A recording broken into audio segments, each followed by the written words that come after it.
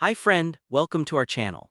In this video I am going to analyze the unprecedented 25% tariff on Indian goods exported to the US announced by President Donald Trump and the unrealistic terms and conditions put forward by the United States for striking a trade deal between these two countries. The announcement of a 25% tariff on Indian goods entering the US by Donald Trump caused a stir among corporate houses in India. The economists are analyzing the potential impact on Indian exports and the resulting consequences on the economic growth of the country.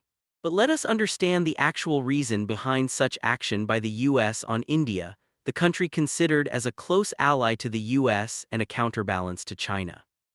The recent tariff war initiated by Donald Trump is not a shift in the foreign policy of the US, but the long-rooted ideology governing the foreign policy of the United States appeared before the world in its pure bare form.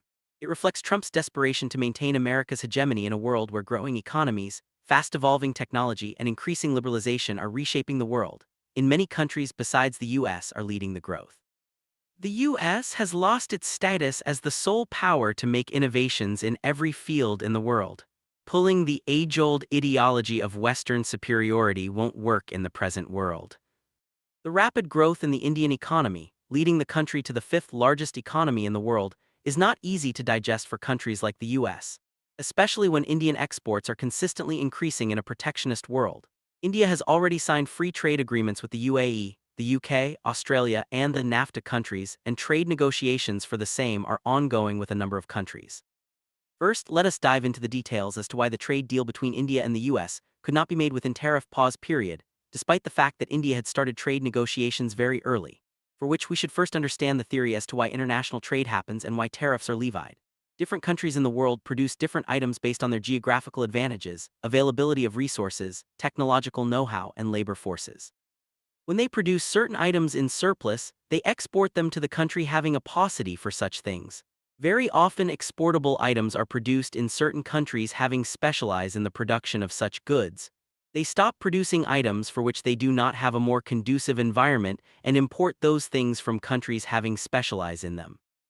By importing, they reduce the cost of necessary items in their domestic market and focus on manufacturing those things for which they have a more conducive economic environment.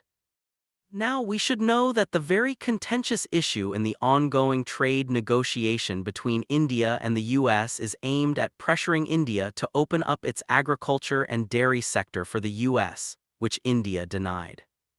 Let us understand. India is a major producer of wheat and corn and dairy products. Millions of people's livelihood survives on agriculture and on dairy farms. Should India import such things from the US? Should the US be given free access to India's agricultural economy to reap profit on the livelihood of millions of farmers in the country? What shall happen in case India allows the US to enter into our agriculture sector? The American agricultural products such as wheat, corn, and dairy products shall be dumped in our country. The entire agricultural infrastructure shall collapse, which shall lead to massive unemployment among the poor classes. Poor farmers shall have no market to sell their agricultural products. India shall no longer remain self-reliant in the agriculture sector. Further, the US shall fill the market with genetically modified agricultural products in the Indian market, which shall have a disastrous effect on the environment and biodiversity. Scientists of the world have repeatedly warned against using genetically modified crops in the agricultural sector. Therefore, India has expressed its strong reservation against giving access to genetically modified crops and cattle feed in the country. Apart from it, agriculture sector in India is a politically sensitive sector.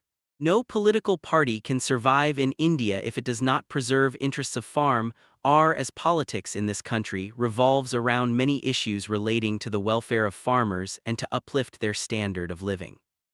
This is why the central government announces many welfare measures for the benefit of poor farmers, such as issuing of minimum support price for major agricultural products, purchasing their products through FCI, advancing them loans at lower interest and granting subsidies. Still, farmers in the country are surrounded by several financial problems, which is why suicide by farmers on account of being debt-ridden takes place almost everywhere in the country. As far as the dairy sector is concerned, India had launched a massive cooperative movement for large-scale production of milk, popularly known as the White Revolution. The dairy sector is closely associated with the agriculture and is run by mostly farmers. India is known self-reliant in dairy products and does not need to import such products from any country to preserve interests of its farmers. Why India should bow down before the selfish will of Trump and invite peril for its people? What the US wants is a trade or something else. The other most contentious issue is buying Russian oil. The US wants India to stop purchasing Russian oil because the US perceives it as war funding by India in Russian-Ukrainian war. While large-scale purchase of natural gas by European countries, the close ally of US, is not considered a war funding, but India's purchase is. Why? Because the US does not digest the fact that India is consistently buying crude oil from Russia at a discounted price despite the striking economic sanctions on Russia by the West. Despite consistent attempts by the West, the long-standing friendship between these two countries is not broken. They failed to distance India from Russia. Besides, Trump is also mulling over levying additional tariffs on countries having BRICS membership. The US considers BRICS, of which India is a founding member, hostile to US policy. In fact, United States trade negotiation with India was not only an economic but a political move too, aimed at distorting and reshaping India's long-rooted foreign policy and diplomatic stand. Now we may easily imagine whether this 25% tariff on Indian export or accepting the terms of trade presented by the United States are cheaper. While India's export to United States is only 2.7% of its total export, as India's economy is not export-centric but domestic. However, to save such a part of our market, India is expected to lose too much, even its sovereignty to some extent, to the US. Is this acceptable? Tariff is not necessarily a bad thing for India. Some experts says it is a wake-up call to instill a sense of emergency in the corporate world of India. They have to seize the moment to improve their production, cost-cutting, and competitiveness. After all, India has the largest population in the world, so every country would want to sell their products since they cannot find such a huge consumer anywhere in the world. On the other hand, India is also a key player in the supply chain, producing quality items at a competitive price. Despite the tariff, the US importer shall buy most of Indian commodities, though they shall have to pay a higher price, thanks to their cherished President Donald Trump.